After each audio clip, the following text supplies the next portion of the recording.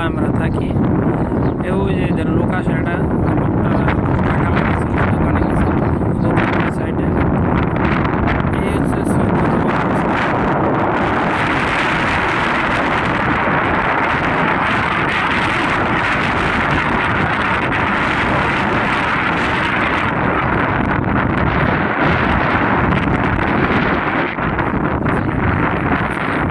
সব জায়গায় একটা অবস্থা না।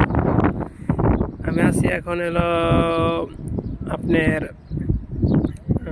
দাম্মাম জুবাইদ, এখানে থাকি। এখানে নতুন শহর কেবল হচ্ছে।